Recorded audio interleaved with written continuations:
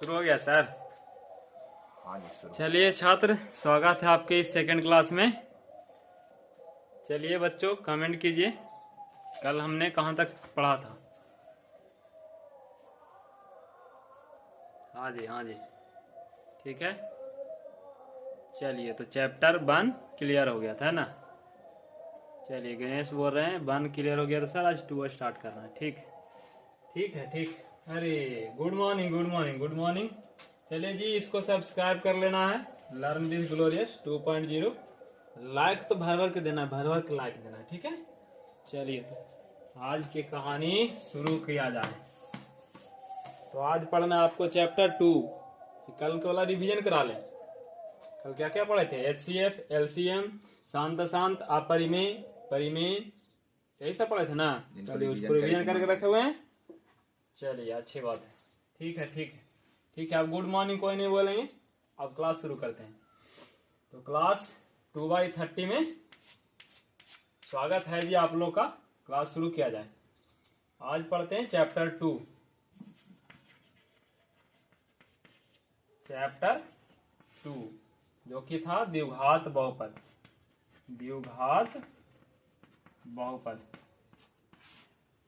बहुपद का मतलब हो गया एक से अधिक पद। एक से अधिक पद। तो देखते हैं कि द्विघात बहुपद होता क्या है।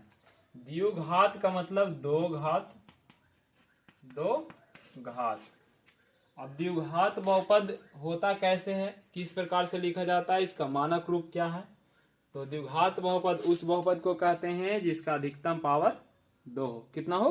2। इसका मानक रूप क्या? मानक रूप होता है ax² plus bx plus c equal to 0। ax² plus bx plus c equal to 0, जिसमें x² के गुना में a होता है, x के गुना में b होता है, और एक अकेले जिसमें x y z कुछ भी ना हो c होता है। c जो कांस्टेंट, c अचर पद होता है। a क्या होता है जी? x² का गुणांक, x² का गुणांक। b क्या होता है? x का गुणांक। c क्या होता है? अचर पद। अचर पद कांस्टेंट। What is constant? अचर पद यानी कि कांस्टेंट वह पद होता है जो स्थिति समय के अनुसार बदलता नहीं है। जैसे 5, तो 5 एक संख्या है, कांस्टेंट है। क्या अभी 5 बोल रहे हैं, कल वाला क्लास में उसको 6 बोलेंगे, समुद्र में जाएंगे 7 हो जाएगा? नहीं हो जाएगा। तो वो कांस्टेंट हो गया। और वेरिएबल यानी कि XYZ, वेरिएबल क्या होता है? चर क्या होता है? जो समय और प्रश्न स्थिति के अनुसार अपना मान बदलता रहे। जैसे X, Y और Z। चार 3 ही होते हैं, X, Y और Z। जरूरत के अनुसार मान लेते हैं S को, T को, लेकिन होते हैं 3, X, Y और Z। और अचर कितने होते हैं? कुछ भी हो सकते हैं, अनलिमिटेड। चलिए तो अब बात रहा इसके हल की। किसके? द्विघात बहुपद के हल की। इसके हल, इसके हल कितने होते हैं? इसके हल होते हैं 2। क्यों? क्योंकि इसका पावर कितना है? 2। तो जिसका पावर 2 हो द्विघात बहुपद कहलाएगा। द्विघात बहुपद की पावर 2 है, इसलिए इसके हल की संख्या 2 होगी। तो इसके हलों की संख्या होगी 2। हल की संख्या होगी 2। और इसका एक हल होगा अल्फा और एक हल होगा बीटा। कुछ न कुछ तो मानना ही होगा। तो एक को मान लेते हैं अल्फा, एक को मान लेते हैं बीटा। तो अल्फा और बीटा में 2 रिलेशन। कौन कौन से रिलेशन?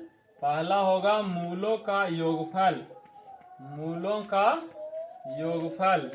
मूलों का योगफल यानी कि अल्फा प्लस बीटा। और दूसरा होगा मूलों का गुणनफल। क्या होगा? मूलों का गुणनफल। मूलों का गुणनफल। मूलों का गुणनफल अल्फा इंटू बीटा। तो अल्फा प्लस बीटा क्या होता है? तो ये होता है -b/x, -b/a, यानी कि -x का गुणांक डिवाइड बाई x² का गुणांक। x² का गुणांक। और ये अल्फा इंटू बीटा क्या होता है? तो ये होता है c/a। क्या होता है? c/a, यानी कि अचर पद और बटा में, अचर पद और बटा में क्या हो जाएगा जी? हो जाएगा x² का गुणांक। x² का गुणांक, x² का गुणांक हो जाएगा। अब इस पे एक प्रश्न कर लेते हैं, अल्फा प्लस बीटा यानी कि मूलों का योगफल निकलता कैसे है, अल्फा इंटू बीटा यानी कि मूलों का गुणनफल निकलता कैसे है। तो उस पे एक प्रश्न अध्ययन किया जाए एग्जाम्पल के रूप में। तो एग्जाम्पल में हम क्या करते हैं कि लिख लेते हैं 3x² minus 2x plus 4 that equal to 0। पहला प्रश्न है कि अल्फा प्लस बीटा का मान क्या होगा, दूसरा प्रश्न है कि अल्फा इंटू बीटा का मान क्या होगा। सबसे पहले मूलों का योगफल या गुणनफल निकालने के लिए आप क्या करेंगे कि ए, बी और सी का चयन करेंगे, खोजेंगे, लिखेंगे। तो ए का मान क्या होगा, बी का मान क्या होगा, सी का मान क्या होगा। ए इज इक्वल टू x² का गुणांक, x² का गुणांक। तो x² के गुणा में कौन है, 3 है, तो 3। बी x का गुणांक, तो x के गुना में क्या है 2। गलत बात। जब भी किसी XYZ यानी कि चर में कोई संख्या गुना हो तो सिर्फ संख्या को नहीं लिखते, उसके चिन्ह को भी लिखते हैं, लेकिन प्लस रहने के कारण नहीं लिखाता है। तो यहाँ x के गुणांक में 2 नहीं बल्कि कितना है, -2 है। चलिए सी की जगह पे क्या है जी, 4।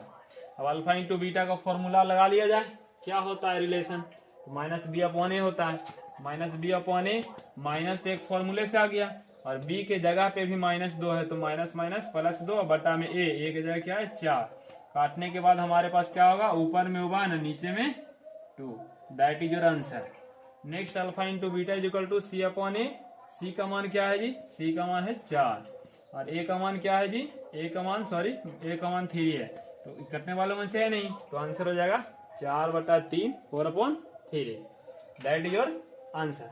तो इस तरीका से हम अल्फा प्लस बीटा और अल्फा इंटू बीटा निकालते हैं। अब इसके आगे हम समझने वाले हैं कि किसी भी द्विघात बहुपद में इसके मूलों के संबंध की जांच कैसे की जाती है, उसके सत्यता की जांच कैसे की जाती है। तो योगफल और गुणनफल की सहायता से हम उसकी सत्यता की जांच करते हैं। क्या करते हैं, सत्यता की जांच करते हैं। सत्यता की जांच करने के लिए आपको किसी भी समीकरण का सोल्यूशन आना चाहिए। अगर सोल्यूशन आते हैं तब आप कर सकते हैं, अगर नहीं आते हैं तो उस स्थिति में आप फंस जाएंगे। सत्यता की जांच करने के लिए जैसे एक प्रश्न है x² minus 4x plus 4 that is equal to 0। इसको चेक करते हैं पहले कि अल्फा का मान क्या होगा, बीटा का मान क्या होगा, योगफल कैसे निकलेगा, गुणनफल कैसे निकलेगा। तो x², इसको यदि गुणनखंड विधि से तोड़ा जाए तो गुणनखंड विधि क्या करते हैं कि a को गुना करते हैं c से, तो 4 गुना 1 हो जाएगा 4, 4 का गुणनखंड निकालेंगे तो 2 और 2 आएगा। इस दोनों संख्या दिए गए गुणनखंड को इस तरीके से जाना है कि जोड़ के या घटा के बीच वाली संख्या आनी चाहिए। तो यहाँ 2 है, जोड़ के 2 4 ला सकते हैं। तो हमने तो लाना -4, तो जुड़ता किसी भी संख्या को 2 तरीका से जोड़ा जाता है, एक माइनस के साथ, एक प्लस के साथ। आंसर माइनस में लाना है, माइनस के साथ जोड़ दिया जाए, तो -2x और -2x plus 4 that is equal to 0। दोनों से कॉमन लीजिए, गुणनखंड निकालिए, तो x कॉमन होगा तो x - 2 बचेगा, और ये दोनों से क्या कॉमन होगा, कॉमन कुछ भी हो जाए बचना चाहिए x - 2 ही। तो 4 में से 2 बचा रहे हैं तो कंफर्म 2 लिए हैं, लेकिन यहाँ प्लस से माइनस क्यों हो गया, क्योंकि माइनस को भी कॉमन लिया गया था। तो यहाँ हो जाएगा x - 2, एक तो ब्रैकेट के कारण, और एक जो बाहर में दिख रहा है उसको ब्रैकेट में लिख दिया जाए। तो 2 हो गया गुणनखंड, हालांकि दोनों सेम है, वो एक अलग मैटर है, पर दोनों को इक्वल 0 करेंगे। -2 that equal to 0, x - 2 that equal to 0। तो x का मान यहाँ से भी 2 आएगा और x का मान यहाँ से भी 2 आएगा। तो अल्फा का मान हो गया 2 और बीटा का मान कितना हो गया 2। ये तो गलती से न दोनों बराबर हो गया। इस स्थिति में बराबर होते हैं जब विवेचक 0 होते हैं, वो आगे करके सिखाऊंगा। अब यहाँ पे चेक किया जाए कि अल्फा प्लस बीटा मूलों के योगफल -b/a के बराबर होता है कि नहीं होता। अगर होता है तो रिलेशन सही है, नहीं होता है तो गलत है। तो इसी संबंध की जांच इसी से करते हैं, ठीक है। तो चलिए किया जाए। अल्फा का मान 2, बीटा का मान 2, तो 2 + 2 इक्वल टू माइनस का माइनस b किसको कहते हैं, जो x के गुना में होता है, अभी अभी लिखा है, ध्यान दीजिएगा। तो x के गुना में क्या है -4, तो माइनस माइनस प्लस 4 हो गया बटा में a, x² के गुणांक होता है a, तो x² गुना में 1 है, बटा में 1 हो जाएगा। 4/1 4 है, 2 + 2 कितना हो गया 4। देख लिए बराबर है ना। चलिए तो ठीक है। अब अल्फा इंटू बीटा को भी चेक कर लिया जाए। c/a, अल्फा का मान 2, बीटा का मान 2, 2 गुना में 2 और इक्वल टू c का मान क्या है कांस्टेंट 4, तो यहाँ लिखेंगे 4 बटा में a का मान क्या है 1, तो बटा में 1, 4/1 4 होगा, 2 गुना 2 4 होगा। देख लीजिए बराबर है। संबंध की जांच बिल्कुल सही है। तो ये हो गया एक्सरसाइज 2 से 2.1 समाप्त। अब 2.2 में क्या है, 2.2 में आपको बहुपद का भागफल, शेषफल, इस प्रकार से कुछ प्रश्न दिए गए हैं। तो एक बहुपद ले लिया जाए छोटा और एक बहुपद ले लिया जाए बड़ा, जिससे भाग देकर के हम भागफल सीखने की कोशिश करें। भागफल से भाग देके भागफल लाने की, शेषफल लाने की, सब उसके पहले आपको ध्यान रखने होंगे दो फॉर्मूले, ए की power M that is equal to A की पावर एम प्लस एन।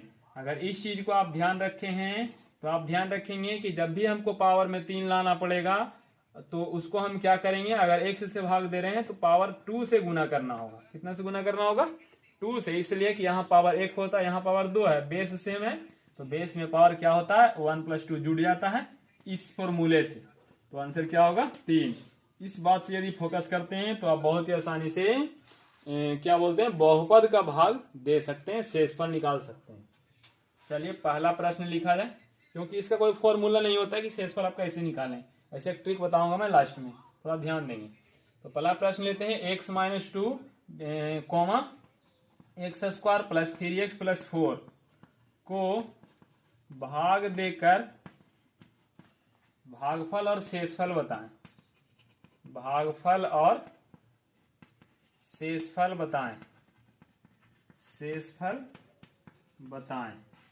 चलिए तो छोटा बहुपद कौन है, ये या ये इसमें 3 पद हैं इसलिए बड़ा नहीं है, इसमें 2 पद है इसलिए छोटा नहीं है, गलत बात। इसका पावर 2 है, जिसका पावर ज्यादा हो, अब कोई मुखिया है, कोई सरपंच है, कोई राष्ट्रपति है, बड़ा कौन होगा, जिसका पावर ज्यादा है। तो पावर ज्यादा है बड़ा है, पावर कम है कुछ नहीं दिख रहा है तो 1 है छोटा है, ठीक है। तो छोटा से ही भाग दिया जाता है बड़ा में, x² + 3x + 4। चलिए तो भाग दिया जाए, यहाँ पावर कितना है 1। भाग जब भी देना है तो पावर ज्यादा वाला में, पहली बार में ज्यादा वाला में लगाना है और इधर वाले के पावर ज्यादा वाले से लगाना है। जैसे हमको लाना कितना है तो x², किसको से लाना है तो भागा में x करके लाना है, स्क्वायर मतलब 2 गो है, नीचे 1 गो है तो 1 गो से वो कट जाएगा, तब बचेगा कितना x। तो यहाँ से आप पता कर सकते हैं कि हम कितना बार में लगाएं। तो आप x बार में लगा दीजिए, तो x को 1 से गुना करेंगे क्या हो जाएगा, पावर जुट के 2 हो जाएगा। -2 को 1 से गुना करेंगे क्या हो जाएगा, -2x हो जाएगा। अब इसके बाद घटाते हैं, घटाते वक्त बहुपद में चिन्ह चेंज किया जाता है, इसके आगे कुछ नहीं था प्लस होगा, तो माइनस करेंगे, माइनस से तो क्या होगा प्लस हो जाएगा, तो ये दोनों क्या हो जाएगा कट जाएगा। भाग का नियम है कम से कम एक पद कटना चाहिए, एक पद कटना चाहिए। 2 प्लस में हो जाएगा 3, प्लस में हो जाएगा 2 तो 5x, और यहाँ हो जाएगा प्लस में कितना 4। अब यहाँ क्या है x लाना कितना 5x, तो आप क्या करेंगे x में किससे गुना करेंगे 5 से, क्या प्लस या माइनस, प्लस है, प्लस लाना है तो प्लस से करेंगे, तो +5 × x that is equal to 5x, -2 × 5 -10, और इसको माइनस चेंज करेंगे चिन्ह, यहाँ माइनस यहाँ प्लस, ये दोनों कट गया, ये हो गया 10 और 4 मिला करके 14 यानी कि 14 हो जाएंगे।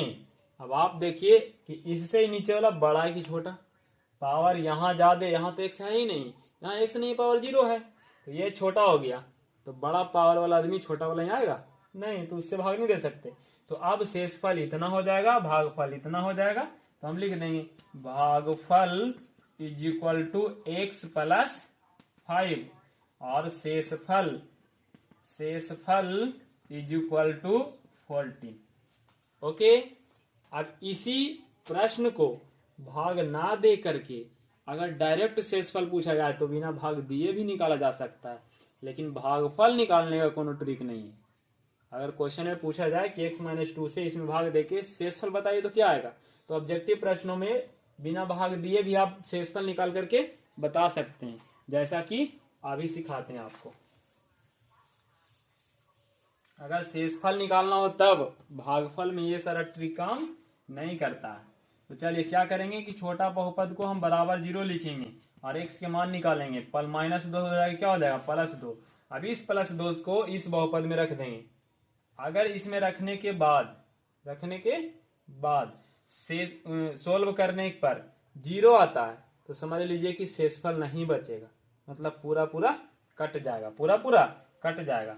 और अगर 0 नहीं आता, कोई संख्या आता है तो जो संख्या आएगा वही शेषफल होगा।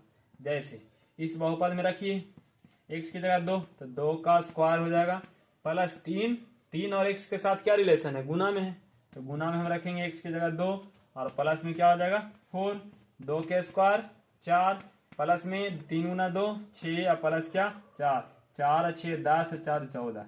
देखो आया कि नहीं आया, आया तो डायरेक्ट शेषफल निकालने के यह ट्रिक है। कोई दिक्कत तो आप समझ लीजिए कि सेकेंड चैप्टर यानी 2.2 भी खत्म। 2.3 में भागफल शेषफल था, तो वो भी खत्म ही हो गया लगभग लगभग। समझ लीजिए कि चैप्टर 2 खत्म की ओर है। इसमें पढ़ना क्या क्या था, मूलों का योगफल गुणनफल, संबंध कैसे जांच करते हैं, भागफल, भाग करके शेषफल कैसे निकाला जाए, बिना भाग दिए कैसे शेषफल निकाला जाए, तो वो आपके पास एक ट्रिक था जो मैंने बता दिया। और इसकी सहायता से ऑब्जेक्टिव में भागफल नहीं निकाल सकते पर शेषफल बहुत जल्द निकाल सकते। ठीक है, तो आज के क्लास यहीं तक रहेगा, बाकी के क्लास कल फिर से पुनः आपसे जुड़ेंगे क्लास नंबर 3/3 के साथ। थैंक यू, धन्यवाद।